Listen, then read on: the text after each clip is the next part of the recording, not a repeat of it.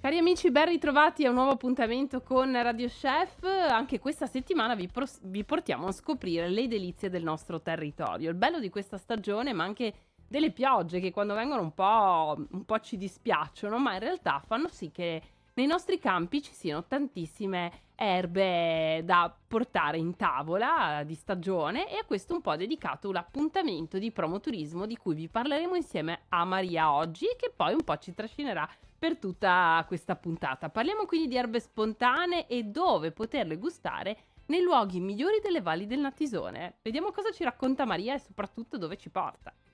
Eh sì, Barbara, oggi abbiamo il piacere di essere invitati a pranzo nelle valli del Natisone. È proprio così che si chiama questo evento che continua ancora questo fine settimana, un'iniziativa che ogni anno celebra il legame profondo tra cucina, natura e anche la cultura locale, le bellissime tradizioni portando in tavola sapori antichi e quelli proprio belli, autentici, grazie all'utilizzo sapiente delle erbe, della stagionalità che si trova proprio in questa bellissima stagione che è la primavera. A raccontarci di più abbiamo oggi Stefania Predan, che è una delle promotrici e conoscitrici di questa manifestazione, invito a pranzo nelle valli del Natisone, che ci guiderà alla scoperta di questo viaggio sensoriale, così emozionale tra le valli. Stefania, ti do il benvenuto, grazie per essere qui con noi intanto. Grazie a voi, ciao a tutti, mi presento Stefania e io sono la gestrice dell'agriturismo Pestrofa, uno dei 12 locali che appunto fa parte di questa associazione Invito a Pranzo. Una squadra bellissima la vostra, che in questo periodo veramente ha fatto sognare tutti i visitatori di questa terra, ed è proprio da qui che voglio iniziare, perché le valli del Natisone sono un angolo davvero tanto affascinante, forse ancora un po' così poco conosciuto del nostro Friuli Venezia Giulia, che si trova al confine con la Slovenia. Ti chiedo che atmosfera si respira, ci porti un po' in questa terra, come la possiamo raccontare attraverso il gusto e i sapori della primavera? Beh, diciamo che come hai detto tu è sicuramente una zona molto affascinante, ancora un po' inesplorata, ma devo dire la verità che adesso negli ultimi anni comunque c'è parecchio, si comincia ad avvisare un po' più movimento, c'è più turismo. Diciamo che è rimasta una piccola oasi di pace perché nelle valli piene di campi si sta proprio in mezzo al verde, in mezzo al bosco e quindi c'è piuttosto una zona dove ci si può rilassare, dove la natura è il fulcro di quello che rappresenta queste vallate. E la natura che poi appunto in questo caso offre tantissimi sbocchi e nel nostro caso a livello di ristoranti e di invito a pranzo è soprattutto in questo periodo essenziale perché in tutti i locali vengono proposti dei piatti con erbe spontanee che ci sono e che vengono offerte da queste zone. Ecco, soffermiamoci proprio su questo, sulle erbe spontanee. Quali sono quelle più utilizzate in questa stagione che trovate così disponibili e come le ritroviamo anche nelle vostre proposte in questi 12 locali che ancora ci invitano a pranzo in questi prossimi fine settimana? Beh, diciamo che tra le più utilizzate ci sono sicuramente l'aglio orsino, che proprio in questo periodo c'è lo sclopit, la silene, il tarassaco, vengono utilizzate molto anche le ortiche e all'interno dei nostri piatti ognuno poi le propone a modo proprio, quindi ci sono parecchie vellutate, vengono fatte delle focacce, del pane con all'interno le erbe, vengono fatti gnocchi, vengono utilizzate come contorni anche al posto non lo so, ad esempio il tarassaco può essere mangiato al posto degli spinaci come alternativa, degli esempi che vi posso fare al momento.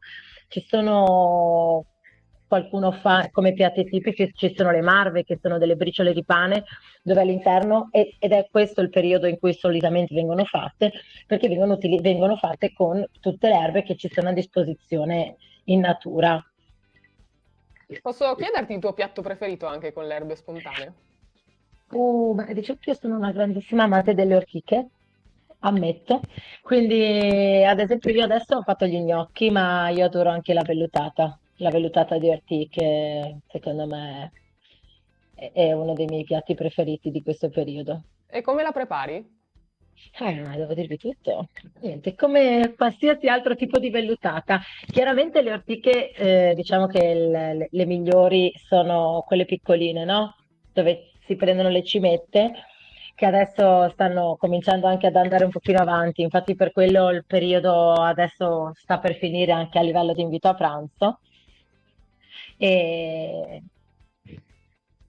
e basta, se no non posso svelarti tutti i segreti, non venite più a mangiarle da me altrimenti, o in tutti gli altri locali che le propongono. Vero, vero, anche questo è il bello di rilassarci un po', di goderci la natura intorno a noi e ritrovarla anche nel piatto. Abbiamo parlato di piatti salati, ma io so che avete anche ciliegina sulla torta, tante proposte dolci, come la tipicità che sono la gubana e gli strucchi. Ci racconti un po' queste specialità che fanno sempre un po' capolino sulle nostre tavole, ma che magari ancora alcuni non conoscono? Eh sì, diciamo che il dolce tipico e tradizionale delle Valli del Natisone sono sicuramente la gubana e gli strucchi.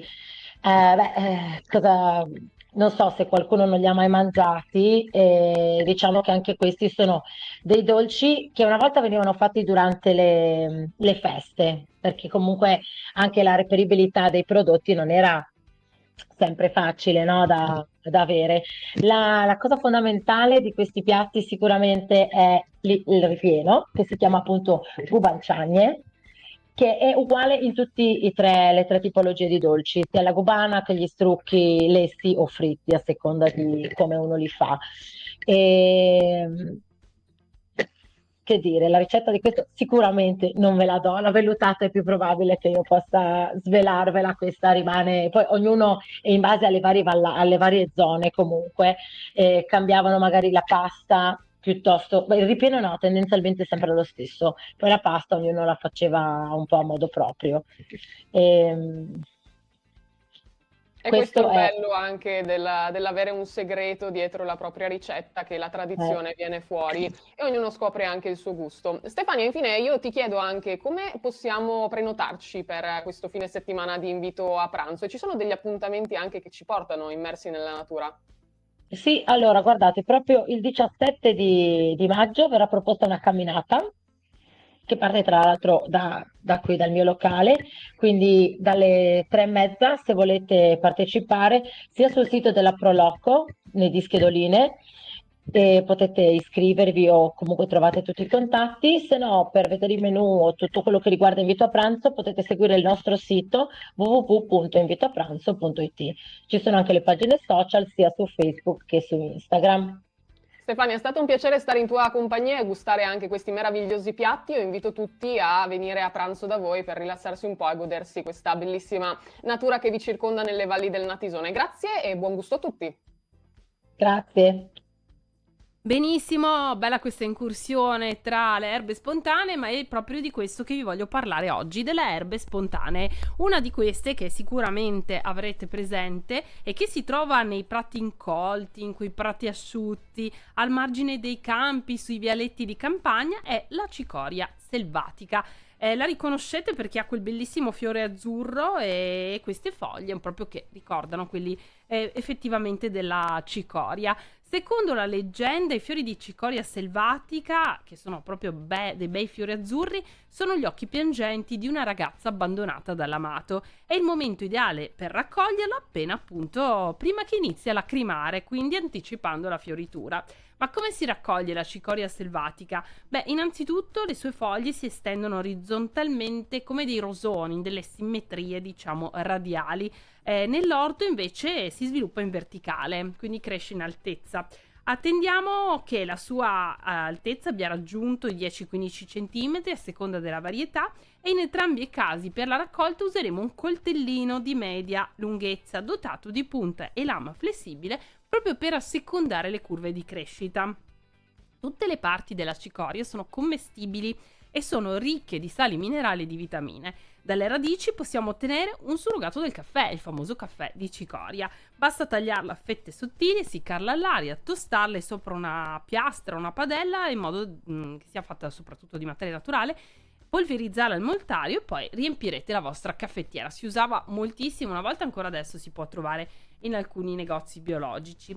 E poi nella famosa enciclopedia dedicata alla natura di Corrado di Megenberg, la cicoria veniva definita sponsa solis per via dei suoi bei fiori indaco che si aprono e chiudono al sorgere e al tramontare del sole. Sono più delicati rispetto alle foglie e sono buoni da mangiare anche loro. Li potete inserire in una buona insalata, ad esempio primaverile, o decorare qualche piatto. Fate attenzione però, perché il loro colore blu si scioglie nell'acqua, quindi se c'è qualche piatto più liquido potreste avere questo effetto. Ma se avete appunto lavato molto bene la vostra cicoria selvatica, sappiamo che il lavaggio appunto richiede una cura eccezionale, perché le radici sono piene di terra eccetera, bisogna mondarla e lavarla veramente molto bene. Sappiate però che questa fatica verrà ripagata dal gusto e dai benefici che questa erba amara porta con sé. Non buttiamo l'acqua di cottura, assolutamente, perché possiamo usarla in zuppa e risotti o come base per una besciamella speciale. Possiamo anche berla appena tiepida per sfruttare appieno le proprietà digestive, diuretiche e drenanti che la cicoria selvatica ha. Ma questa è solo una delle erbe spontanee, ce ne sono veramente molte da raccogliere in questo periodo, ve ne racconteremo altre nelle prossime puntate. Intanto però voglio ricordarvi, come abbiamo fatto parlando della raccolta della cicoria selvatica, che per raccogliere le vostre erbe spontanee ci vuole ovviamente l'utensile giusto, un coltellino tagliente che vi permetta di tagliarle nel modo corretto, perché anche questo diciamo che pregiudica il sapore finale poi delle vostre erbe. E allora, per essere sicuri di avere sempre una forbice adatta, un coltello tagliente per le vostre ricette o proprio per la raccolta delle erbe, per l'orto e quant'altro, affidatevi con fiducia a Filoutensili Natisone, che ci serve, che ci accompagna da una vita nel nostro appuntamento con Radio Chef e che vi propone anche marchiatura laser, affilatura di coltelli e forbici, utensili da hobbistica, ma anche più tecnologici e professionali, dove li trovate alle Prose di Premariacco e potete dare una sbirciata al sito filautensili.com. Ma passiamo alla ricettina di oggi, che è appunto ispirata a questa raccolta delle erbe spontanee. È una erba molto nota proprio in Friuli, è lo scropit. Immaginatele poi se diventa il protagonista di alcune pizzette fritte da proporre in un aperitivo sfizioso. È appunto dedicato alla tradizione. Questa è una ricetta raccolta in una delle brochure che trovate anche sul nostro sito radio.0.it di Rosa Masiero da Udine. Come andremo a procedere? Ci serviranno intanto 125 ml di acqua, 250 g di farina di Manitoba, 4 g di lievito di birra fresco, olio di semi quanto basta. Per l'impasto andremo a sbriciolare il lievito di birra in un po' d'acqua e mescoleremo con un cucchiaio fino a scioglimento. Riporremo la farina in una ciotola e la verseremo poi insieme al lievito sciolto e l'acqua rimanente. Lavoriamo l'impasto fino a ottenere un panetto liscio e omogeneo. Lasciamo riposare in frigo nella ciotola al coperto con un carovaccio per una notte intera e facciamo lievitare a temperatura ambiente finché il volume non risulterà raddoppiato. Dividiamo quindi l'impasto in porzioni e lasciamo riposare coperto in un luogo asciutto. Portiamo a temperatura massimo 180 gradi, un tegame capiente con l'olio di semi. Riponiamo le palline di impasto su un ripiano infarinato e con le dita le allarghiamo leggermente fino a ottenere dei dischi e li buchelleremo. Immergiamo le pizzette nell'olio, schiacciamo leggermente al centro e una volta che saranno ben dorate le scoliamo con una schiumarola e quindi li riponiamo su carta da cucina. Condite a piacere, un consiglio utile appunto quello di abbinarci il prosciutto crudo e lo scropit, veramente eccezionali, anche una fetta di pera di formaggio e poi insomma sbizzarritevi con la fantasia. Dopo questa ricettina è tempo per noi di ricordarvi gli appuntamenti tra le erbe diciamo del periodo. Non possiamo non citare il re di maggio, ovvero l'asparago, che è protagonista di Asparagus d'Argento, l'evento organizzato dal Ducato dei Vini Friulani, che continua a celebrare la sua 25esima edizione con tanti appuntamenti speciali, un evento gastronomico che promuove l'eccellenza dell'asparago friulano e vedrà protagonista uno dei piatti simboli della manifestazione asparagi e uova, accompagnati da menù ricchi, creazioni culinarie dove l'asparago, sia bianco che verde, sarà il protagonista indiscusso. I piatti saranno abbinati ai grandi vini bianchi friulani, con qualche incursione in rosso per chi cerca nuove emozioni enologiche. L'Asparagus d'Argento, iniziato il 4 aprile al ristorante al Grop di Tavagnacco, prosegue per altri 5 venerdì consecutivi, regalando ai partecipanti l'opportunità di esplorare al meglio la gastronomia friulana, sempre all'insegna del prodotto tipico e pregiato. Ma quali saranno i prossimi appuntamenti? Beh, il 15 maggio si va a Milano all'Osteria della Stazione, per cui se siete da quelle parti potete gustare il nostro asparago. Il 16 maggio invece la Dinetta a Grado, e la prossima settimana, la settimana successiva, il 23 maggio, la Edopunk Jai di Portogruaro, fino poi il 30 maggio, l'ultimo appuntamento, all'Osteria Solder a Corno di Rosazzo. Che dire, approfittate perché questa è un'occasione imperdibile per scoprire i sapori unici del Friuli.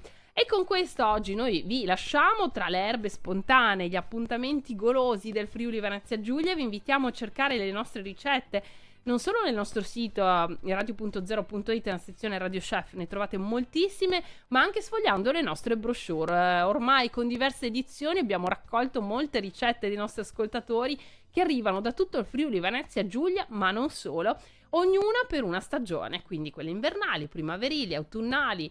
Sbizzarritevi perché le idee non vi possono mancare grazie alle idee di Radio.0. Noi ci ritroviamo a Radio Chef sempre domani alle 12.30 con altre curiosità e non solo, ma anche itinerari del Friuli Venezia Giulia e sapori indimenticabili. Grazie per essere stati con noi, grazie a Igor da Milano alla regia video e a Maria Musil per l'intervista dedicata alle erbe. Alla prossima!